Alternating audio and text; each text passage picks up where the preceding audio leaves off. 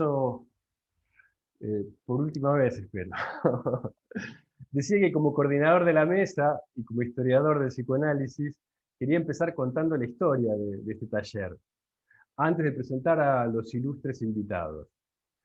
Todo empezó en junio con un posteo en Facebook, el posteo de un texto que sintetizaba algunos pensamientos en voz alta sobre la situación del psicoanálisis en la Argentina. Básicamente, ese texto como provocación, o sea, en ese texto me preguntaba si no había que profanar a Jacques Lacan, ¿no? Ese es el título de este taller, ¿sí? Hay que profanar a Jacques Lacan por un psicoanálisis irreverente, de su título. Bueno, considerando la situación del psicoanálisis en la Argentina, donde el psicoanálisis en general y el psicoanálisis lacaniano en particular se han transformado en discursos hegemónicos, casi sagrados, me preguntaba si no era hora de recuperar a Freud y a Lacan para usos más terrenales, que permitieran el juego y la creación. Es que siguiendo a Giorgio Agamben, solo se puede profanar lo que es divino, lo que está separado de la esfera del humano. Y cuando Freud, y sobre todo Lacan, se convierten en semidioses, obturan todo pensamiento crítico.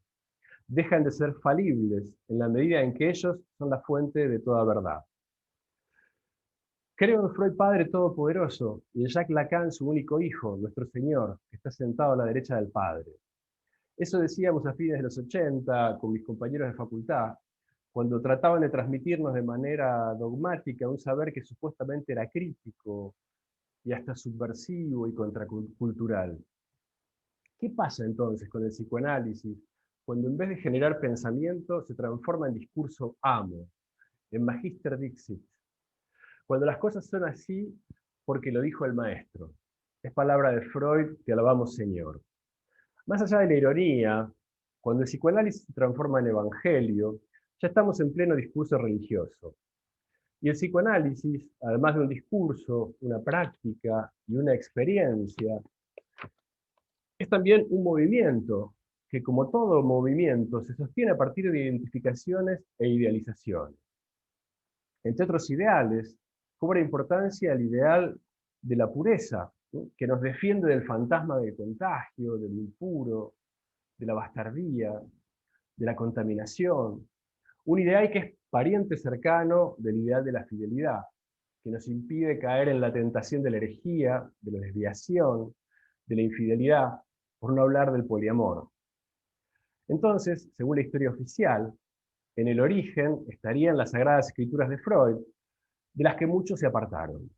Hasta que llegó Lacan, el único profeta que supo interpretar sus verdades, que desenterró las tablas de la ley y retornó a los textos del maestro. Es una narrativa potente, seductora.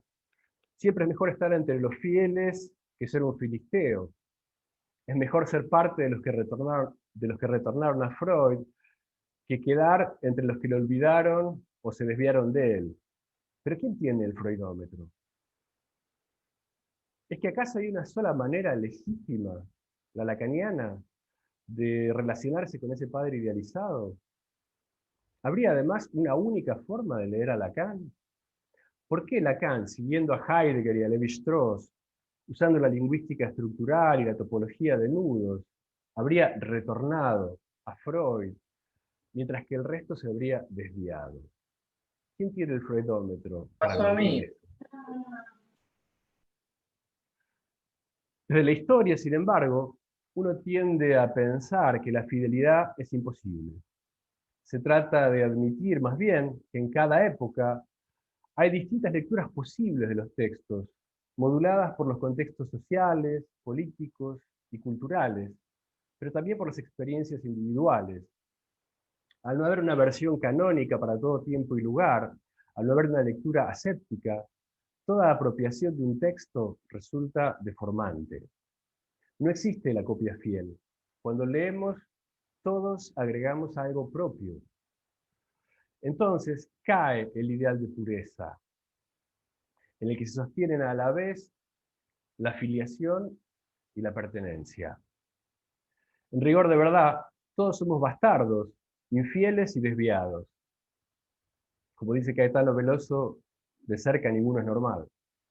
Somos hijos ilegítimos, paridos por nuestro tiempo. Considerando lo anterior, podríamos plantear una oposición. Cuando el psicoanálisis se concibe a sí mismo como una práctica extraterritorial, como un saber soberano y sin contexto, se convierte en una cosmovisión totalizadora, que desde su propio púlpito se autoriza a medir o a juzgar otros saberes y prácticas. A veces se vuelve tan doctrinario que resulta imposible entenderlo a partir de categorías que no sean sagradas.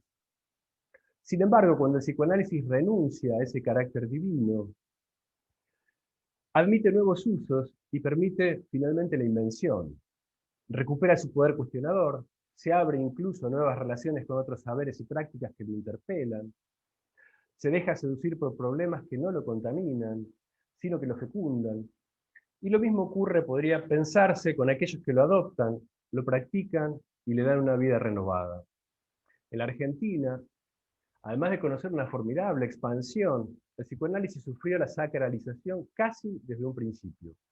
Cuando en los años 50 y 60 las teorías de Melanie Klein en algunos espacios llegaron a transformarse en una suerte de culto ritualizado. Sin embargo, al mismo tiempo, en sus formas profanas, el psicoanálisis fue el motor de pensamientos y acciones originales. Desde Pichon-Rivière y Blecher hasta Baranger y Massota, sin olvidar la experiencia de Lanús comandada por Mauricio Goldenberg. Posteriormente, sobre todo en la universidad, las ideas lacanianas tomaron para muchos el relevo del lugar sagrado que antes había ocupado el kleinismo, haciendo de Lacan un ícono casi incuestionable, o en todo caso un demonio que no es más que el reverso de lo mismo. Así, desde los 80 en nuestro país, el lacanismo dejó de ser un saber contracultural para convertirse en un discurso altamente institucionalizado y profesionalizado, agregaría. Hasta podría decirse que hoy en día Lacan está más vivo en Buenos Aires, La Plata, Córdoba o Rosario que en París. ¿Pero a qué precio? Por eso, retomando la pregunta inicial, casi como un anhelo, respondo que sí, que hay que profanar a Jacques Lacan. Hay que perderle el respeto en el mejor de los sentidos. Hay que franquear esa distancia que lo canoniza para posibilitar sus usos terrenales, para reinventar a diario un psicoanálisis no todo, entreverado con los desafíos de su tiempo, que es el nuestro.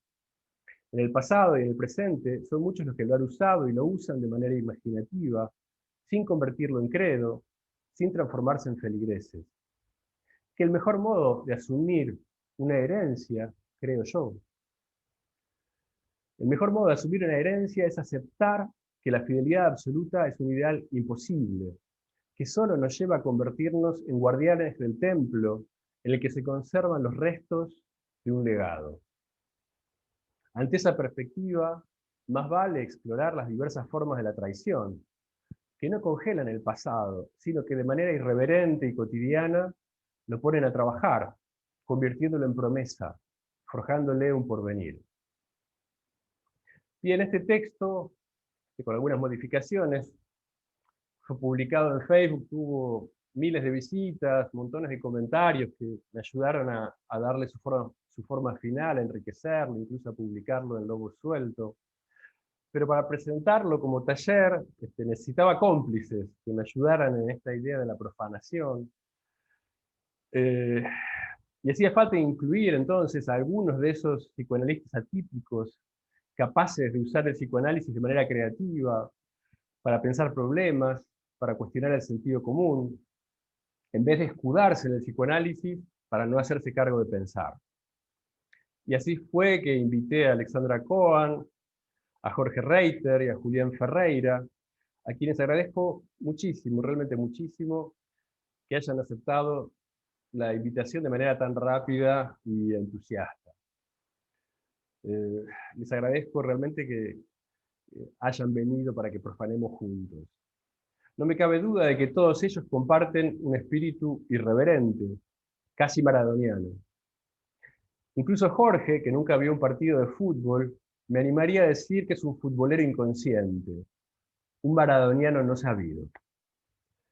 Cada uno de ellos va a hablar ahora brevemente, entre 10 y 15 minutos, y después vamos a tener un buen rato para el intercambio. Y les recuerdo que inmediatamente después, a las 16 horas, sin necesidad de desconectarse del Zoom, o sea, en esta misma sesión, van a tener la posibilidad de ver el simposio Ilusiones por Venir, Psicoanálisis, Derechos Humanos y Salud Colectiva, con Jorge Alemán, Alicia Storkiner, Julieta Calmels y también Julián Ferreira, que él hace continuado, empieza a las 2 y sigue hasta las 6. Bueno, ahora le paso la palabra a la coanfitriona, Alexandra Cohen, que para presentarla muy rápidamente, es de esas psicoanalistas atípicas, irreverentes, que yo mencionaba recién, es docente de la Facultad de Psicología, y bueno, acaba de sacar un libro que ya la mayoría de ustedes deben conocer, que se llama Y sin embargo, el amor, elogio del incierto, ¿sí? Que la editorial Paidós ha publicado hace pocas semanas. Así que Alexandra, ahora me muteo yo y te dejo la palabra a vos. Bueno, y ahí admití a la gente que toca timbre, entonces. Quédate Dale. en la cocina escuchando el timbre. Me quedo de portero. Sí. No, yo quiero agradecerte a vos, Alejandro, la invitación. A mí, siendo la fecha que es, digo, fines de noviembre de este año tan particular, tengo que decir que este año tan difícil en tantos aspectos, en lo que se refiere a la facultad, armamos ese ciclo al que también fui invitada, que se llamó Otra Facultad es Posible, y que de verdad me permitió entonces atravesar las cosas que estaban pasando en la facultad de una manera muy, muy linda, que es, como lo dije en aquel momento, sintiendo que estábamos armando una comunidad. Y una comunidad, a diferencia de una masa, como sabemos, admite las particularidades de cada uno de nosotros, admite las diferencias, incluso, ¿no?, al interior de ese mismo movimiento. Así que yo estoy muy agradecida por eso y me parece que participar de esta mesa es un modo nuevo de estar de esta manera, tratando de pensar algo. Están tocando el timbre, Alejandro, típico, ¿viste? Porque me figura acá que hay gente en la sala de espera. Eso, y bueno, ni hablar de que de alguna u otra manera estar hoy, después del dolor que venimos atravesando, es también algo, no sé, al final me parece que es un modo de estar juntos, aunque no nos acostumbremos del todo al Zoom. Yo también escribí para leer y no irme, y después más bien que podemos conversar todo lo que tengan ganas. Mi texto tiene zonas bastante en común con el texto de Alejandro. Voy a empezar con 2 epígrafes. Yo le puse de título La profanación del psicoanálisis, para jugar con ese del que vos habías propuesto en el argumento, ¿no? Si el psicoanálisis profana y a su vez si el psicoanálisis puede ser profanado. Y empiezo con 2 epígrafes, uno de Lacan que dice, hagan como yo, no me imiten, y el otro de Alouche que dice, el saber pone en aprietos, tanto cuanto más se establece en la evidencia y más aún cuando la evidencia se da aires de certidumbre. La pregunta por si hay que profanar a Jacques Lacan pone en escena un primer problema: suponer que cuando se lee a Lacan, o peor aún, lo que Lacan quiso decir. Eso nos conduce a la figura del autor y de ahí, sin ninguna mediación, a la noción de autoridad. Dicho esto, la respuesta es afirmativa y con esto podría concluir mi intervención. ¿Hay que profanar a Jacques Lacan? Sí, en efecto. Ahora bien, la cuestión se pone un poco menos sencilla si separamos los términos y desplazamos la noción de profanación para producir una pregunta que a mí en lo particular me interesa muchísimo. ¿Qué es leer? ¿O qué modos de leer se activan en los psicoanálisis, en plural? Freud, lector de un cuerpo que no se dejaba reducir al saber consagrado de la medicina, y habiéndole dicho que no a su maestro admirado Charcot, y Lacan, lector de textos freudianos que habían quedado reducidos a palabras gastadas y habiendo sido él mismo expulsado de la institución psicoanalítica, pusieron en acto un modo de leer profanador. Pero antes que profanar a otros, la profanación recayó sobre todo sobre sí mismos, sobre el sí mismo. Porque lo que ese modo de leer produce es la disolución de cualquier marca de identidad y de autoridad, porque es justamente esa inconsistencia del otro y la caída del otro como garante del saber la que suscita la posibilidad de producir una caída de la sacralidad, una caída del sentido consagrado. La lectura, entendida como profanación, desplaza al autor y lo despoja de su saber. Hace caer la fascinación por el saber del otro y, al igual que en el chiste, hace caer las inhibiciones cifradas en una repetición religiosa.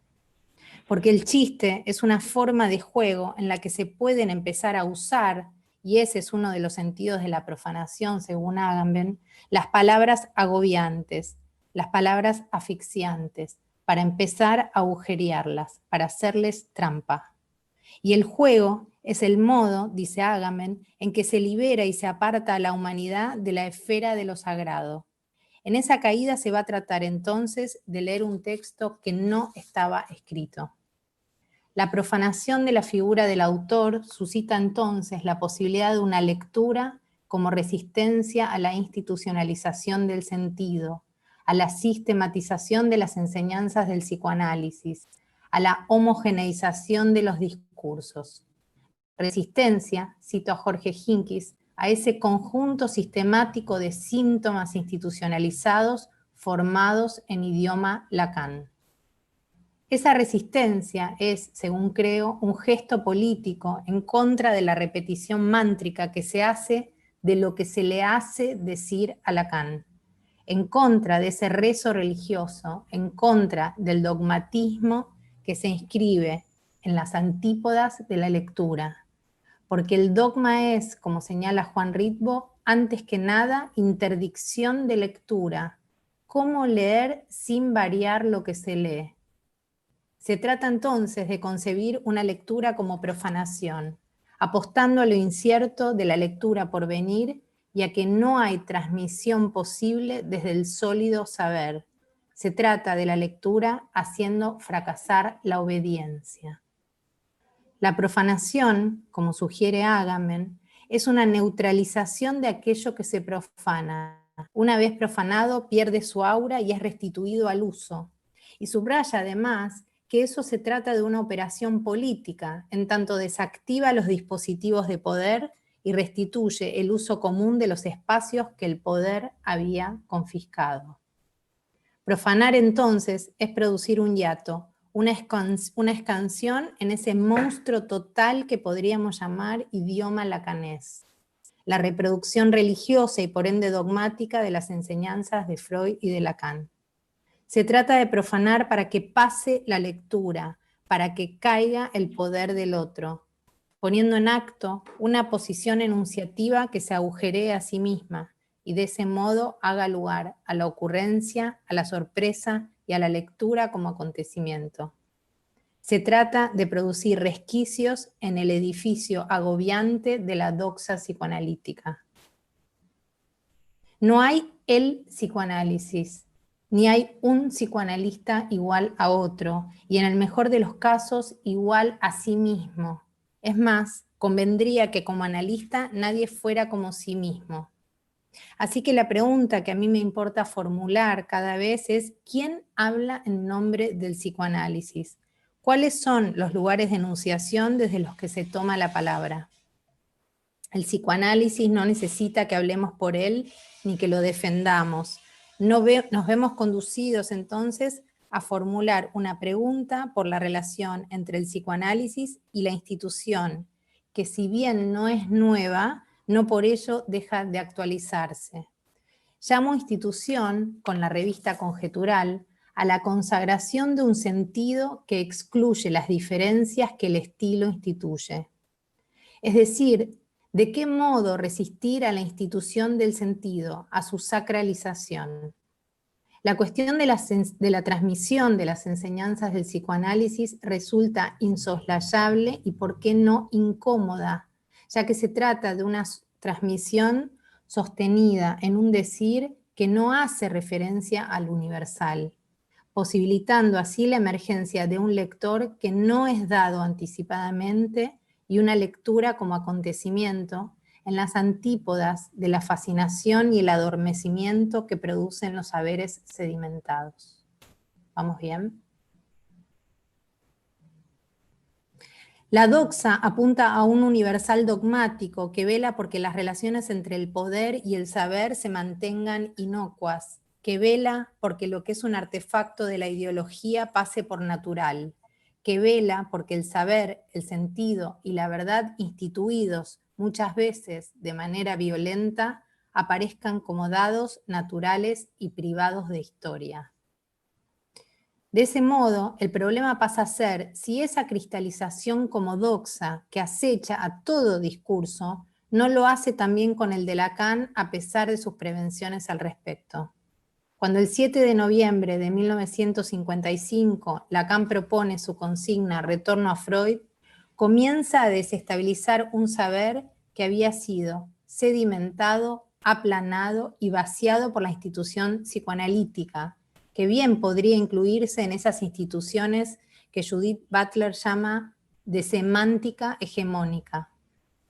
Instituciones que sostienen y se sostienen en discursos pretendidamente transparentes, en los que las relaciones entre la lengua y el servilismo quedan veladas. El retorno a Freud implica que Lacan lleva a cabo una política de lectura y de transmisión de una enseñanza que se sostiene en una resistencia a la verdad establecida, al poder de las instituciones, al imperio del sentido hegemónico. Ese imperio de sentido no se trata de otra cosa que del gesto que señala Carlos Curi, los que bajo cruzadas institucionalizadas, con el gesto interminable del aprendizaje, llevan adelante una interminable cantidad de arreglos y simplificaciones para obtener por resultado un Lacan sin fisura. El retorno a Freud es, lejos de cualquier retorno nostálgico, lejos de cualquier recuperación de la palabra freudiana para elevarla al estatuto de dogma, lejos de cualquier pretensión de erigir una autoridad o una sacralidad, una operación de lectura. Y como operación de lectura es a la vez un gesto político que asimismo define una política de sujeto. Es en esa pista y en ese tono que está jugado el horizonte sobre el que se va a proyectar la enseñanza de Lacan, porque Lacan se ubica en una posición que, lejos de apoyarse en un saber, se apoya en un no saber que abre hacia la ocurrencia y la sorpresa. Su posición en la enseñanza es la del analizante y por eso distingue la posición del profesor, que es el que tiene todas las respuestas antes de que se formulen las preguntas, de la del enseñante, aquel que transmite incluso con lo que no anda, con los agujeros. De ese modo, dislocándose a sí mismo, es que produce incomodidad y sorpresa, y la transmisión se hace entonces ocurrencia, porque no se trata de transmitir lo ocurrido, lo sabido, sino de que en una enseñanza ocurra un decir. Alush lo precisa así: si se trata de recibir una lección, y se trata también de eso desde Freud con la risa misma, dicha lección será dada por la ocurrencia más que por alguien. No obstante, ya termino, existen posiciones políticas que reniegan de lo que intentan transmitir, y el psicoanálisis, que implica una praxis que cuestiona los lugares de poder, que hace vacilar las certezas, que sacude las cristalizaciones de sentido y que puede tener como efecto cierta desalienación de los lugares de dominación, se transforma vía esa política renegatoria en un cúmulo de jerga y fórmulas que se repiten mántricamente, tranquilizando y aquietando a aquel que sabe repetirlas. Y una jerga no es nunca inocua. Una jerga sistematiza lo que no puede sistematizarse, domestica y aplaca la condición subversiva del psicoanálisis y en consecuencia trastoca prácticas y se sostiene en el ejercicio de un poder y de un saber. Los lapsus están bien. Están leyendo, En junio de 1979, Lacan sugirió: tal como llego a pensarlo ahora, el psicoanálisis es intransmisible, Esto es bien fastidioso, es fastidioso que cada psicoanalista sea forzado, ya que hace falta que sea forzado a reinventar el psicoanálisis. Es justamente esa reinvención la que él mismo produjo en su retorno a Freud y la que se produce cada vez que se pone en acto una lectura. Es por eso que si entendemos la lectura como acto, ese acto solo tendrá lugar en la medida en que las garantías del saber del otro caigan, que sean agujereadas. La profanación bien podría ser uno de los nombres del psicoanálisis como práctica de lectura. No hay juego sin profanación y no hay psicoanálisis sin juego, sin creación. Se trata entonces de profanar los textos como procedimiento de lectura, sí, pero antes que eso, de profanar ese psicoanálisis y esos psicoanalistas que se presentan a sí mismos como consagrados. Listo. Bueno, muchas gracias, Alexandra, por tu intervención jugosísima. Ya vendrá el espacio para las preguntas. Ahora le voy a ceder la palabra a Jorge Reiter, que además de ser un maradoniano no sabido, un maradoniano inconsciente, es psicoanalista, es autor, entre otros textos, de Edipo Gay, Heteronormatividad y Psicoanálisis, cuya segunda edición acaba, una segunda edición corregida y aumentada, claro, acaba de ser Ojo. publicada por Letra Viva. Así que bueno, Jorge, tenés la palabra. Gracias. Bueno, no sabía que era un maradoniano inconsciente. Está bueno que te interpreten. Bueno, en realidad, o sea, vamos a estar horriblemente de acuerdo, básicamente, todos estaríamos de acuerdo en la profanación, aparentemente. Bueno, Julián no habló todavía, así que hoy no sabemos. Bueno, yo para arrancar, pensando, bueno, ¿qué puedo decir? Arranqué poniendo profanar en Google, porque siempre las definiciones son como un buen punto, para mí un buen punto de partida para pensar, y encontré esta definición. Dice que profanar es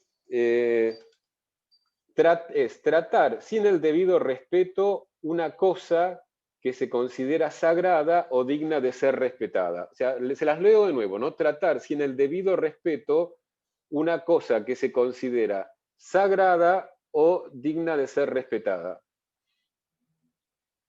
Entonces, y es interesante porque abajo, ¿sí? Abajo decía palabras similares, o sea, ¿cuáles palabras serían similares a profanar? Y ahí se pone como un poco picante la cosa, ¿no? Porque aparece que es similar es violar, deshonrar o prostituir. ¿Sí? Entonces, bueno, obviamente me pregunté, dada la invitación de la mesa, ¿no? ¿Habría que profanar a Jacques Lacan? ¿Habría que tratar sin el debido respeto a Jacques Lacan? ¿Sí? Digamos, ¿se lo considera una cosa sagrada o digna de ser respetada? Bueno, no me voy a meter en el tema de si Lacan debe ser considerado sagrado o no, porque nos llevaría muy lejos, sería interesante, pero nos llevaría muy lejos, pero me parece claramente, no tengo duda de que Lacan merece respeto, de que la obra de Lacan merece respeto, y no solamente el respeto que cualquiera merece por ser una persona, sino que merece respeto por lo colosal de su obra, por el trabajo enorme que ha hecho, digamos, todo eso, obviamente lo hace absolutamente digno de respeto. Me parece que lo siguiente que pensé es que en esta definición aparece el respeto y la profanación como en una disyunción que aparentemente sería exclusiva, o sea, o profano o respeto. ¿Sí? Y si profano, no respeto, y si respeto, no profano. Y ahí yo pienso que puede venir en nuestra ayuda la experiencia erótica, ¿no? Porque justamente la experiencia erótica, ¿qué nos indica? ¿No? Que justamente en la experiencia erótica, digamos, se trata al mismo tiempo, o se puede tratar, mejor dicho, se puede tratar al mismo tiempo de respetar y de profanar. O, y eso en general constituye un problema, pueden ser dos cosas escindidas, ¿no? Vamos a decir, el caso, por tomar algo archiconocido, estaría esta posición de algunos varones, de muchos varones, ¿no? De, por un lado, mujeres que son profanadas, digamos, que son degradadas, y otras que son respetadas, pero no pueden ser profanadas.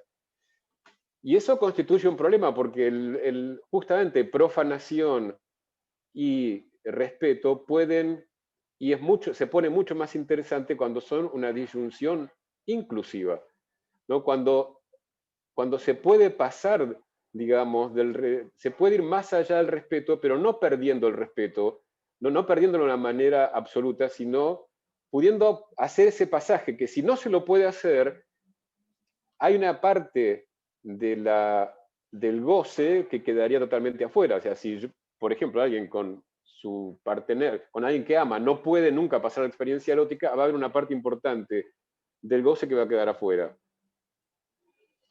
¿Sí? Pero si son experiencias donde solamente está en juego la degradación, son experiencias como bastante pobres. Lo interesante, insisto, está en que las dos cosas sucedan, que se respete y se profane. ¿Sí? También, digo, algo similar a esto sucede, hay un perro hacia acá, algo similar a esto sucede, o sea, enfrente, sucede en la relación entre padres e hijos. Digo, si los hijos respetan demasiado los deseos, la voluntad, los ideales de los padres, no pueden hacer una vida propia, porque hacer una vida propia, parte de hacer una vida propia está en ir más allá, en de alguna manera profanar esa voluntad de los padres. Pero, exacto, la conjunción de amor y deseo, como dice acá Jessica. Pero si no tengo padres a que respetar, estoy en problemas serios en general. Digamos, otra vez, ¿no? Las dos cosas son necesarias. Yo diría, sí, digamos, me parece que está buenísimo tener a Lacan o cualquier pensador al cual respetar, pero si nos quedamos solamente ahí, digamos, y ahora lo llevo a la relación maestro-discípulos, ¿no? Si el discípulo ama tanto al maestro que no lo puede cuestionar, digamos, su propio desarrollo intelectual va a quedar muy, muy cercenado. Ahora, si alguien no puede tener un maestro, también genera sus cuestiones que no son tan simples. Acá siempre me acuerdo hay una anécdota que leí no sé cuándo, no sé dónde, pero hace mucho, que contaba que aparentemente los discípulos de Aristóteles, o de Platón, no sé, le reprochaban a Aristóteles que contradijera a Platón porque había sido su maestro, y que cómo iba a contradecir a Platón, siendo que él había sido discípulo de Platón. Sí, lo cual, digamos, son posiciones que uno puede ver absolutamente actualmente. ¿Sí? Y la respuesta de Aristóteles es, bueno, es que yo lo amaba a Platón, pero amo más la verdad.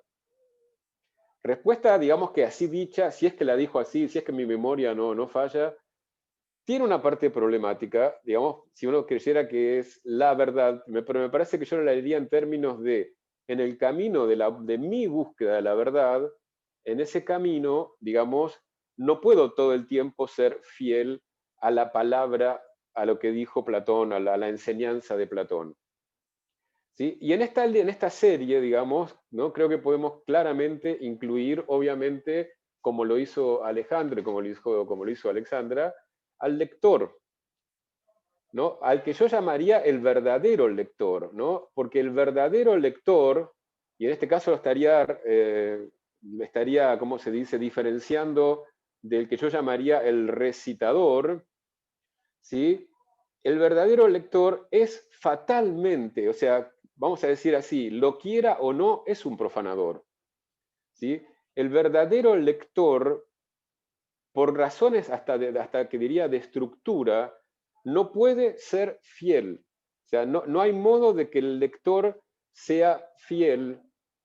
Y yo, digamos, diría que inevitablemente traiciona, pero yo diría que la relación maestros-discípulos está inevitablemente marcada por la traición. Solo que hay dos maneras de traicionar. Pero la traición es inevitable. Traición número 1 es ser fiel. Traición número 2 es más interesante, es no ser fiel. Dicho en palabras de Oscar Wilde, todos matan lo que aman, el cobarde con un beso, el valiente con la espada. tómanlo como metáfora, obviamente. ¿Sí? Digo, los discípulos que pretenden ser fieles a la letra suelen traicionar el espíritu, y viceversa, los que suelen mantener el espíritu suelen traicionar la letra. Digamos, cuando Aristóteles crea su propia teoría, yo creería que está mucho más afín al espíritu de lo que debe haber sido Platón, que si hubiese permanecido como un repetidor de la enseñanza de Platón, obviamente. Pero, obviamente, ¿qué hicieron los discípulos de Aristóteles? Obviamente hicieron exactamente, bueno, ahí viene la frase de Lacan que trajo Alexandra, ¿no? Hagan como yo, no me imiten. O sea, en esa paradoja, digamos, en esa aparente paradoja dice mucho. Dice que si lo quiero imitar, en realidad voy a hacer otra cosa, la imposibilidad de esa fidelidad. Bueno, no hay tanto tiempo, pero a mí siempre me gusta, además porque me encanta la ópera, me encanta traer el ejemplo de Wagner, que era alguien absolutamente creativo y absolutamente genial, y que todo el tiempo estaba repensando la manera y la puesta de sus obras, y que cuando muere, durante no sé qué cantidad de años, pero muchísimos, todos los años se repetía exactamente la misma apuesta que había sido la última apuesta, y en el caso de la tetralogía, la única apuesta que él había llegado a hacer.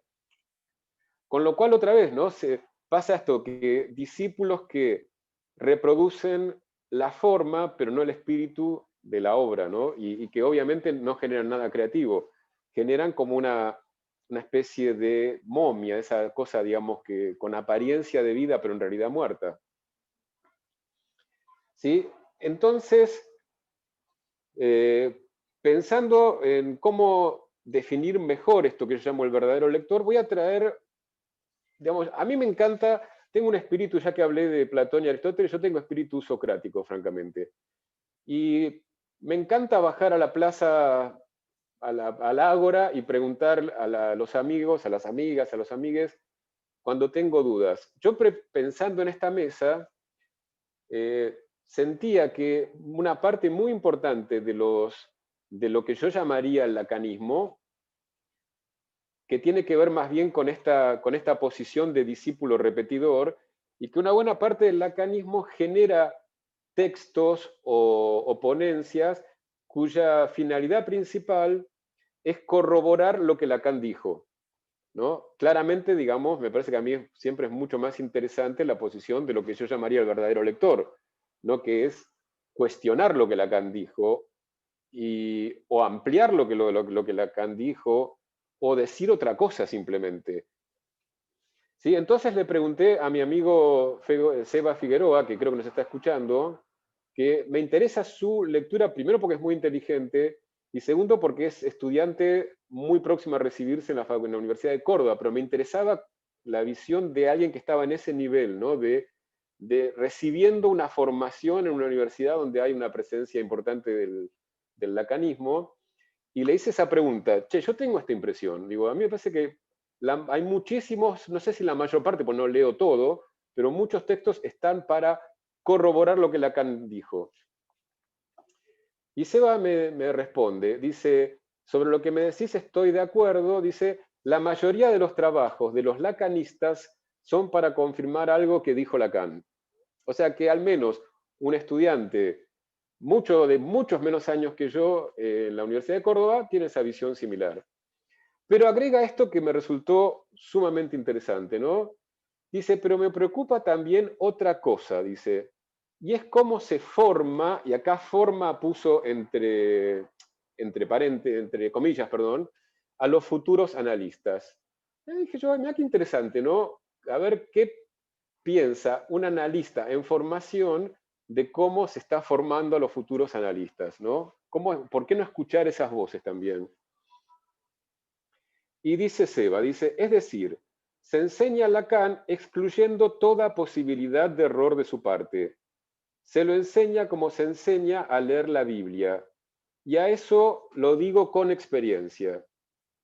Obviamente, ahí sí estaría la sacralización de Lacan, y eso sí me parece sumamente peligroso y sumamente aburrido, además de peligroso, ¿no? Digamos, y sumamente anti-lacaniano, además. Digamos, me parece que va contra, otra vez, por lo menos de las cosas que yo sin duda tomé de Lacan y que me enseñaron mucho, está esta idea, no sé cómo poner, hasta no me conforma la palabra idea, pero ahora no se me ocurre otra, de que ningún saber es completo, no existe un saber completo. El saber completo es una fantasía para tranquilizar del desamparo que da que ningún saber es completo, pero ese desamparo es también el lugar de la libertad. O sea, eso es lo que nos da la libertad de seguir creando todo el tiempo.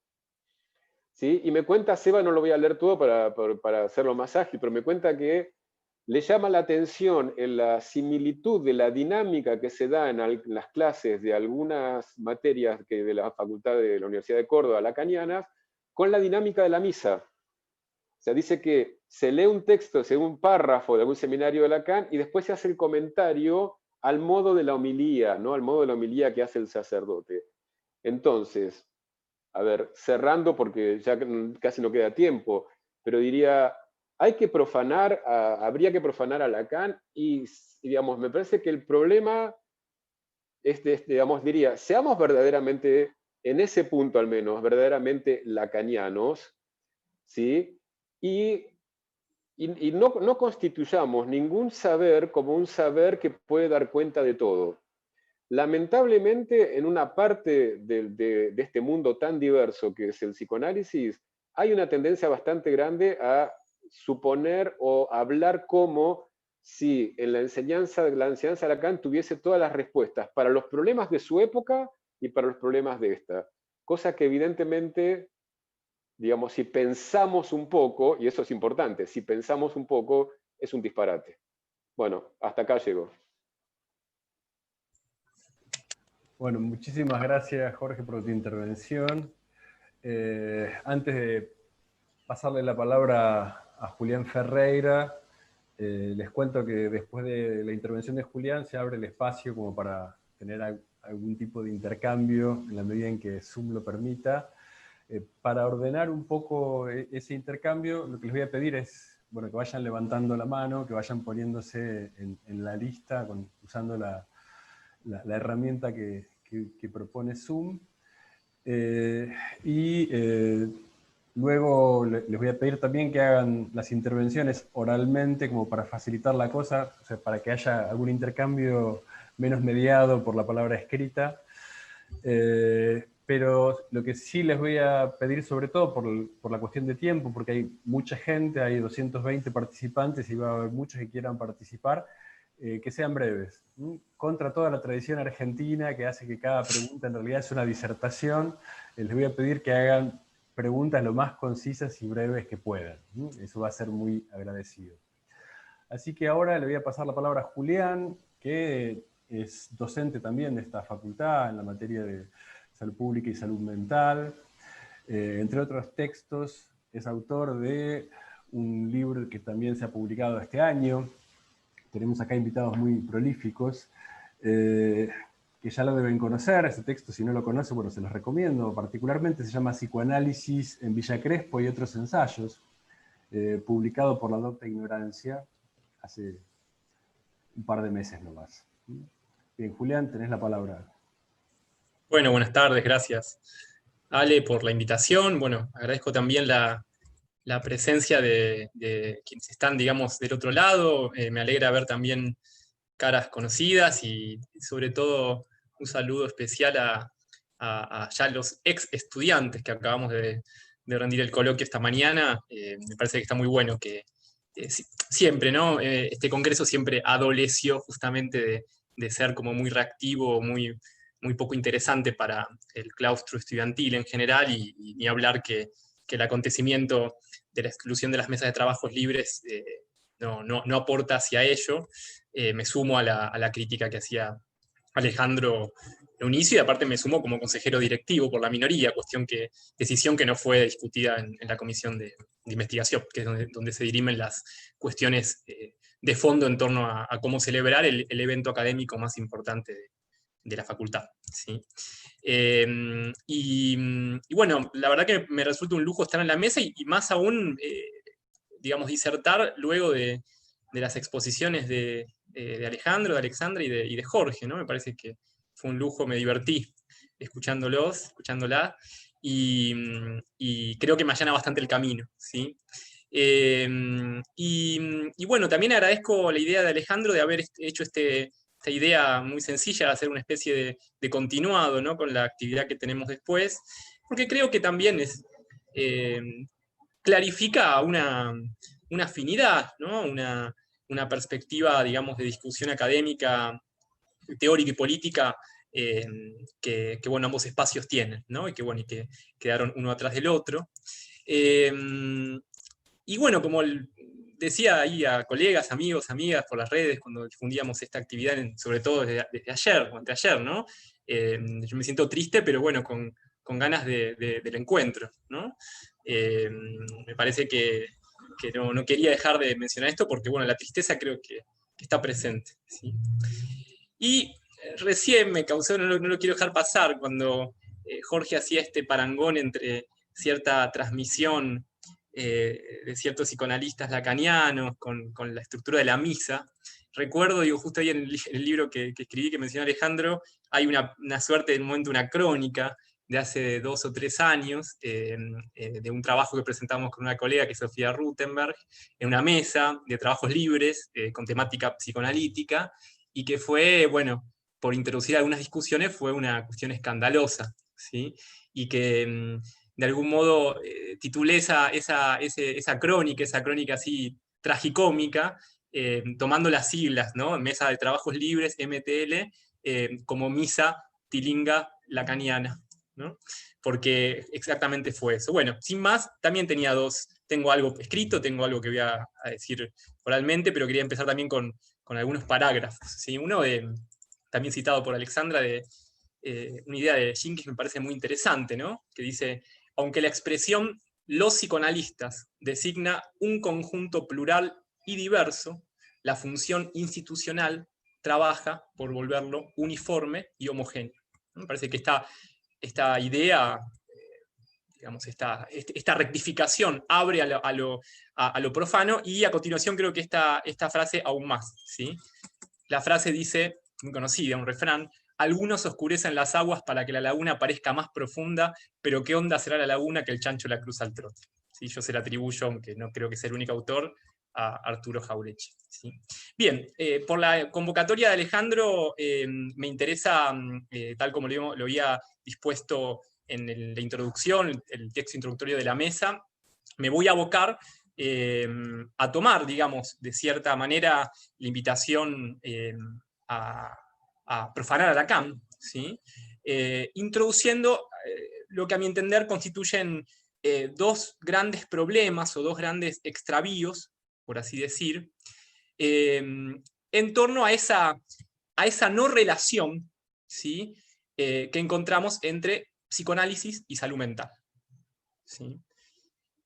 El primero, diría en todo caso 3 extravíos. El primero es pensar o suponer al psicoanálisis y a la salud mental como 2 campos, ¿no? Siendo que se trata más bien de una praxis y un campo, ¿no? Y tratándose de un campo en el cual, sea asumido o no por los practicantes, formamos parte como psicoanalistas. Y cuando hablo de salud mental no me refiero o no lo reduzco a lo que podría ser las instituciones de subsector público, el hospital público, sino el campo de salud mental como un campo de práctica, ¿sí? Que en tanto psicólogos o practicantes de la psicoterapia, en términos generales, sea que la practiquemos en nuestro consultorio, en un hospital, en un centro de salud, etcétera, o que nos dediquemos a la transmisión, estamos incidiendo, ¿no?, en eso que llamamos el campo de salud mental argentino, ¿sí? Y decía que vengo trabajando hace un rato, y quizás en la siguiente mesa algo más complemente, en torno a 2 problemas que tienen más que ver, no tanto con este movimiento que plantea Alejandro, es decir, el psicoanálisis profanando otros discursos y el psicoanálisis siendo profanado por otras discusiones, va en la segunda línea, digamos, ¿no? Que son los problemas, por lo menos así lo llamo. Uno es el de la supuesta extraterritorialidad del psicoanálisis, cuestión mencionada por Alejandro en la introducción, y otro es lo que yo llamo cierto apriorismo psicoanalítico, ¿sí? Particularmente potenciado por, diríamos, cierto psicoanálisis lacaniano, ¿sí? En 2 palabras, ¿a qué me refiero con apriorismo? Suponer que en tanto nos autopercibimos como psicoanalistas, suponer que porque hacemos psicoanálisis o porque nos llamamos psicoanalistas o porque nuestra intervención está formalizada como psicoanalítica, ya de antemano, a priori, eso implicaría o eso iría en la línea de producir cierta subversión, de dirigirnos desde la política del síntoma, de constituir nuestro acto como anticapitalista, etcétera, etcétera, etcétera. Si de antemano ya estaríamos, vamos a decirlo así, salvados, ya tendríamos el cielo, usando las metáforas bíblicas, mientras que eso que muchos lacanianos, sobre todo desde cierto millerismo, llaman la salud mental, como un concepto abstracto, ¿sí?, iría en la línea del discurso del amo, ¿no? Un poco, muchas ponencias y muchos escritos se resumen en eso, y siempre es la misma anécdota, ¿no? El libro Psicoanálisis y Salud Mental, lamentablemente es más conocido, y no lo digo peyorativamente, es más conocido el libro que lleva ese título de Éric Laurent, y no, por ejemplo, el de Emiliano Galende, que se llama exactamente igual. Y esto sin desmerecer a Laurent, ¿sí? Convengamos que el libro Psicoanálisis y Salud Mental de Laurent poco nos aporta para pensar la complejidad del campo de la salud mental argentino, ¿sí? Esto es una anécdota o es digamos así, un analizador de cierto estado de situación, ¿sí? Y antes de meterme de lleno, como tuve el lujo de escuchar a Alexandre y a Jorge recién, pensaba en esto, quería sumarme a esta discusión, porque creo que es una discusión que está en la mesa, ¿no? Que es esta tensión entre lo sacro, digamos, la sacralidad del autor, que bien desarrolló Alexandra, ¿sí?, la figura del autor como, digamos, degradándose en autoridad. Quería traer algo que he trabajado en algún momento que me parece muy útil para pensar el acto analítico, que es una de las enseñanzas del Tao, que es el principio del Wu Wei, muy mal traducido occidentalmente como no actuar, ¿no? Es decir, algo como muy, muy tomado también por las filosofías New Age, ¿no? Hay que soltar, si sucede conviene, bueno, no tiene nada que ver con eso, sino el Wu Wei remite a un no forzamiento. Remite a algo mucho más parecido a esa actitud freudiana de la atención flotante antes que otra cosa, ¿no? ¿Por qué digo lo del Wu Wei? Porque esto lleva también a otro principio de las artes, digamos, taoístas y chinas, específicamente, digamos, relacionado con la actividad artística, pero también con la estrategia, la filosofía y lo político, que es, esto lo desarrolla muy bien, aunque no sea ningún santo de mi devoción, Byung-Chul Han, en un texto que se llama Shansai, que es una palabra que diríamos nosotros como designa lo trucho, lo fake, ¿no?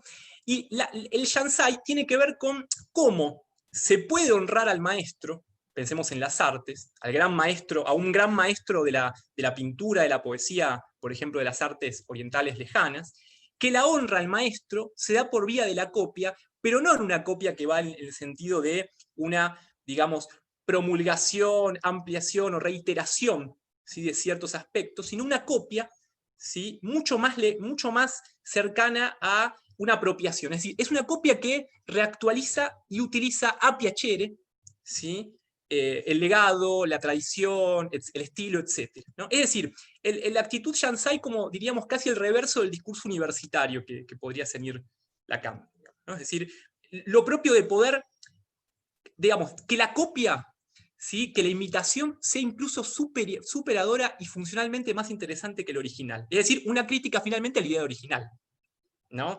Que desde Occidente tendríamos el problema del derecho de autor o del copyright o del principio de creación ex nihilo y todas estas cuestiones que son extravíos, que desde el psicoanálisis más o menos está advertido de que el recuerdo no tiene que ver con la originalidad, ¿no? Entonces, esto me parece crucial, sobre todo la discusión con el discurso universitario, ¿no?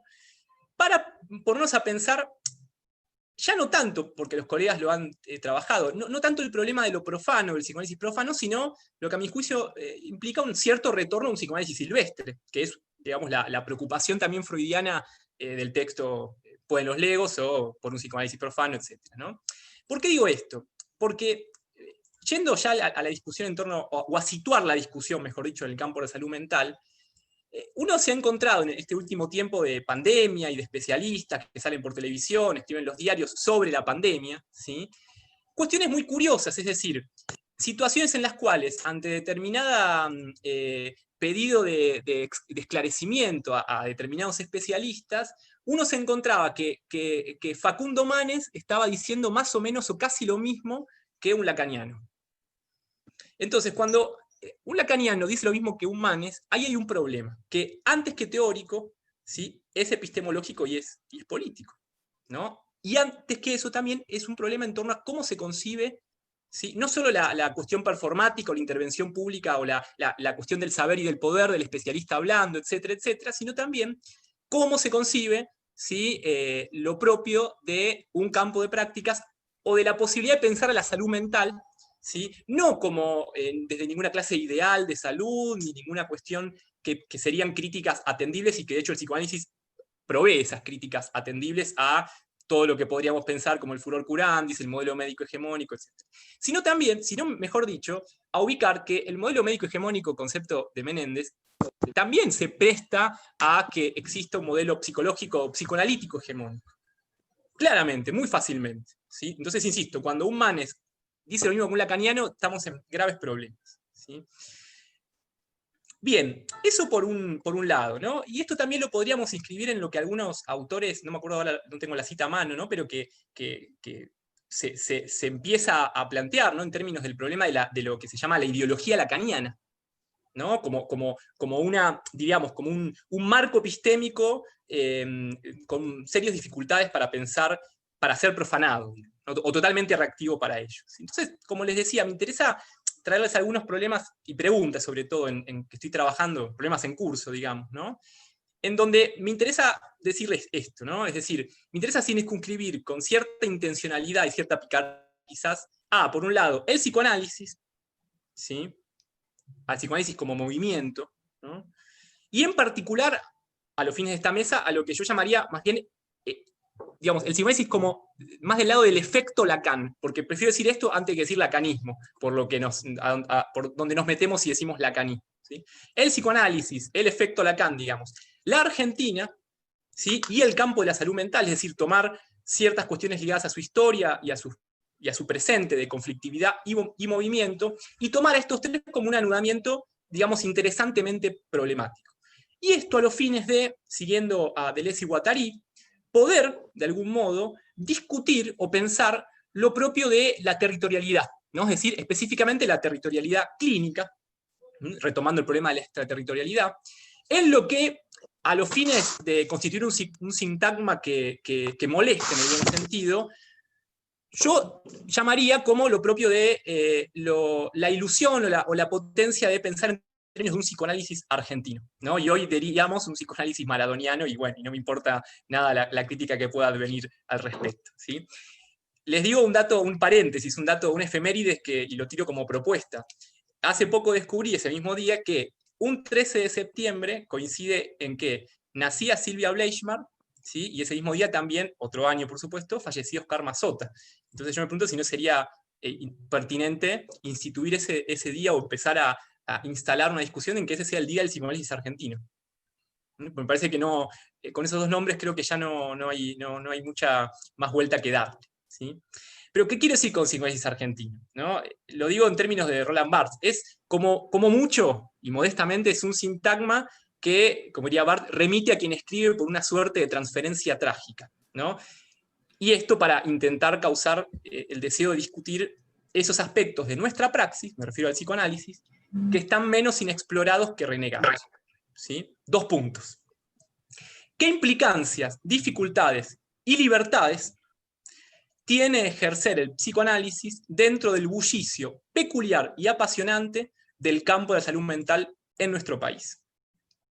A continuación, ¿por qué la afirmación incluida en la anterior pregunta resulta o suele resultar para muchos exótica, herética o forzada?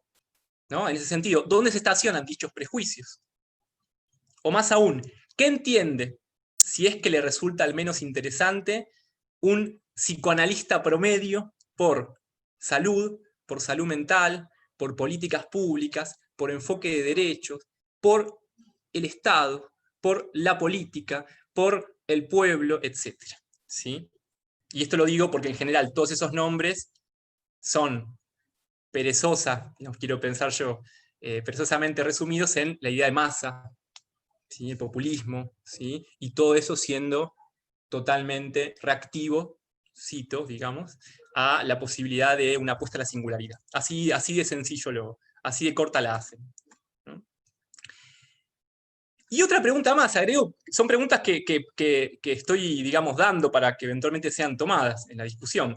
¿Por qué los psicoanalistas que se conciben como trabajadores de la salud pública o trabajadores de la salud mental, terminan pareciendo excepciones o minorías, aún siendo probablemente la mayoría en términos cuantitativos, ¿no? Y por supuesto que admito que estas son todas preguntas retóricas, ¿no? Que son preguntas arbitrarias y singulares como eventualmente sensatas, que no esconden, sino que están clarificando un sesgo que me interesa exponer. Y este sesgo es la propuesta de politizar el quehacer cotidiano psicoanalítico. ¿Sí? Así como Freud nos proponía una psicopatología de la vida cotidiana, de la cual podríamos decir también, se trata quizás más bien de politizar la vida cotidiana en un psicoanálisis, bueno, me interesa politizar el quehacer cotidiano psicoanalítico. Eso que, de algún modo, escapa o es fuertemente degradado por, tomando la cita de Hinkis que traía al principio, por la cuestión institucional, ¿sí? Por el discurso universitario, etc. ¿Sí? Bien, y voy a ir cerrando porque calculo que debo tener poco tiempo. Voy a presentar como dos ejemplos, dos viñetas, pero no viñetas clínicas, ¿no? Por un lado está diríamos, cierta posición que es defensiva, claramente, que es defendida, pero que muestra ciertas, con orgullo, ¿no? Lo que diríamos, lo contrario a una posición que apueste a profanar, ¿no? Y es la posición de ciertos seguidores locales del psicoanálisis mainstream, para no ponerlo solamente en un autor o una escuela, ¿sí?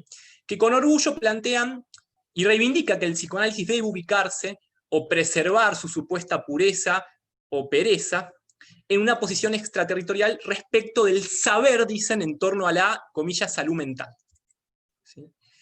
La cual fatalmente homologan, como os decía hace un rato, al discurso del amo.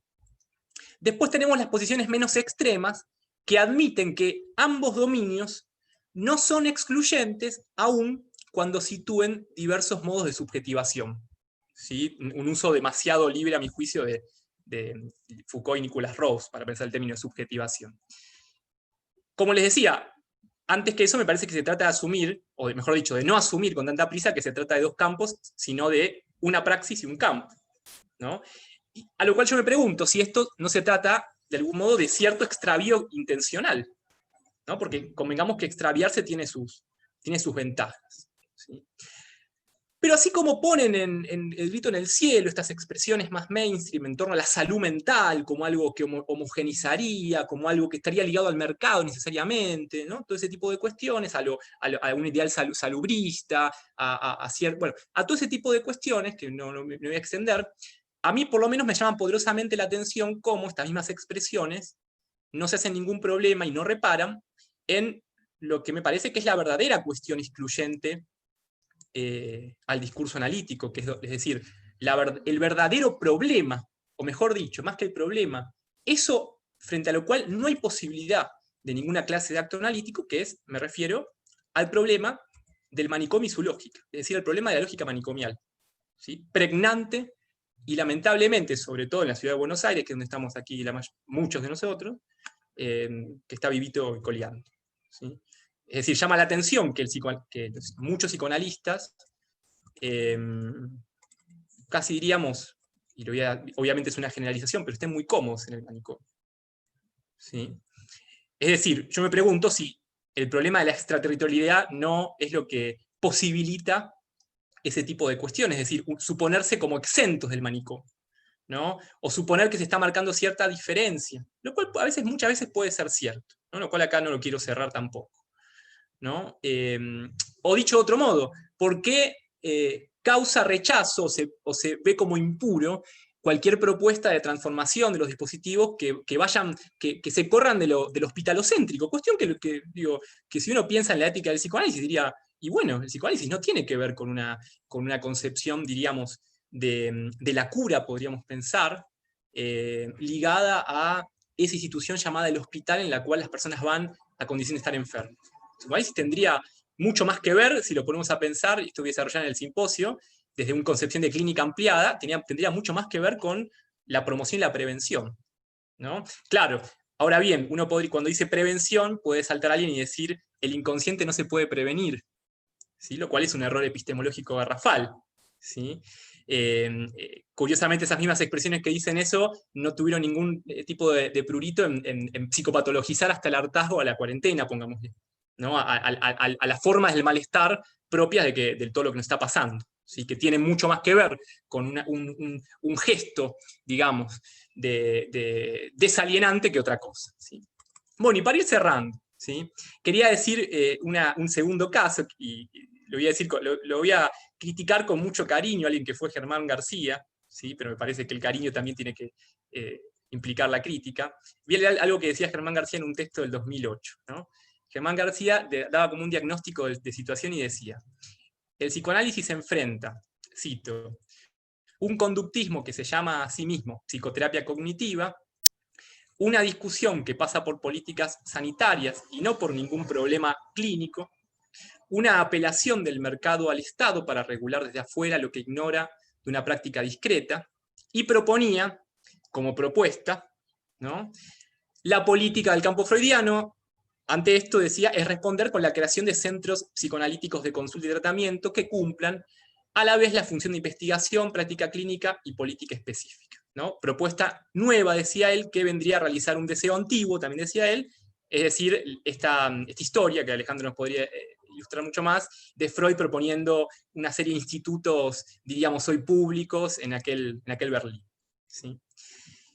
Con todo cariño, digamos, con respeto que me merece Germán García, ¿no? Me parece que este tipo de posición no solo implica ese carácter, esa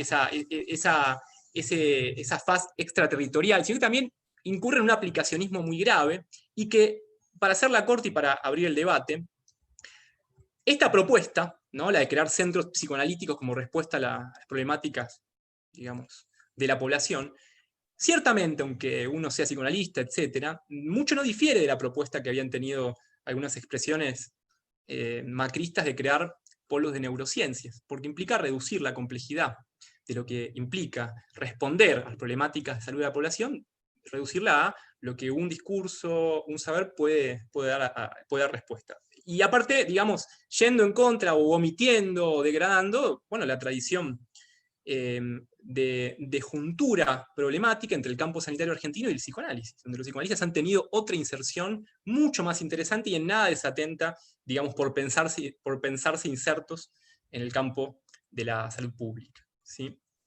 Bueno, y ahora sí, para finalizar, ¿no? Yo creo que este no es un problema, así como hablé de psicoanálisis argentino, no creo que este sea un problema meramente, obviamente, no creo que sea meramente argentino el problema, ¿no? Y creo que por ahí es un problema que cala hondo en la genealogía de nuestra praxis, ¿no?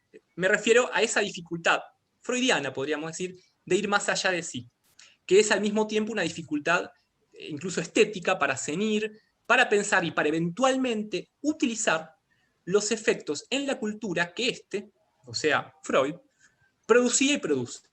Sin rodeos, ¿sí? Me refiero a una dificultad del psicoanálisis en torno a lo popular, lo cual no es en nada sinónimo de masa. Allí donde Freud se popularizaba, se reforzó la extraterritorialidad del psicoanálisis. Ante la popularidad o la impopularidad de que gozaba o padecía el psicoanálisis, una respuesta elitista. Ante la divulgación, la burocracia universitaria. Ante la política, el nihilismo. Tecnicismos en vez de modestia artística.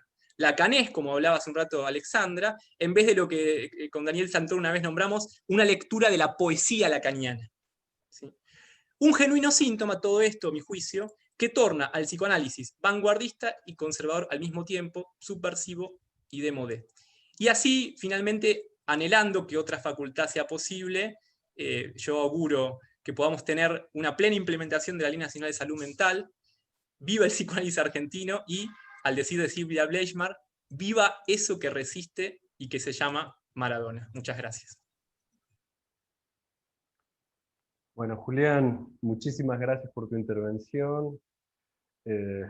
Lamentablemente el tiempo no nos alcanzó para abordar temas que hubiéramos querido, como las identidades de género, las disidencias sexuales, sobre las que Jorge tiene tanto para decir. Si quieren aprovechar el espacio de preguntas para preguntar sobre esos temas que no pudimos abordar, bienvenidas sean las preguntas. estamos proponiendo, ya que es un espacio de taller, que hagan las preguntas utilizando la manito azul, y yo les doy la palabra directamente. No hacer las preguntas por chat, porque eso nos genera más problemas en relación al orden y al tiempo. Ahí veo que Martín Damasceno está con la mano levantada hace como 20 minutos, así que le paso la palabra a él. A los demás que están planteando por el chat, les voy a decir, en la medida que tomen la palabra rápidamente, sean concisos y breves, van a poder hacer las preguntas por micrófono. Martín, adelante. Bueno, gracias Alejandro. Bueno, muchas preguntas y ya creo que las tenía antes de empezar, de que comience la disertación y ahora más también. Pero bueno, con el esfuerzo de ser breve, creo que una de las cosas que yo me recibí en 2014 y sufrí bastante, creo, esta cuestión, esta transmisión religiosa que se hace de psicoanálisis, realmente me disgustaba, pero mi pregunta es el problema sobre, por un lado, la formación y por el otro lado, cómo sostener esa irreverencia maradoniana, si se quiere, en la creación del psicoanálisis, que me parece que va por ese lado, o sea, ¿dónde formarnos? ¿Qué instituciones hay? Y si la institucionalización no acarrea directamente, necesariamente estos problemas. ¿Es posible una institución psicoanalítica o cierta agrupación psicoanalítica que no caiga en estos efectos de discurso universitario o discurso amo tal vez? Y bueno, y cómo seguir formándonos en esta dirección irreverente, me parece totalmente necesaria. Bueno, gracias Martín por la pregunta. Creo que podemos tomar 2 o 3 preguntas y después responder como para tener un poco más de posibilidad de preguntar. Ahí veo a Manuela Cámara, que también está con la mano levantada, así que tenemos la pregunta de recién más la de Manuela. ¿Puedo tomar la palabra entonces? Sí, adelante. Yo me preguntaba si profanar el psicoanálisis también no podría ser pensar al inconsciente como un concepto flotante, ¿no? Como que va cambiando a medida en relación a los sujetos con los que trabajamos, ¿no? Teniendo en cuenta que los sujetos potenciales pacientes de hoy no son los mismos con los que Freud y Lacan elaboraron sus teorías del inconsciente. No sé si se entiende la pregunta. Sí, Manuela. Ahora le damos la palabra a Florencia y después tratamos de ver cómo le respondemos a los 3. Florencia González. Gracias.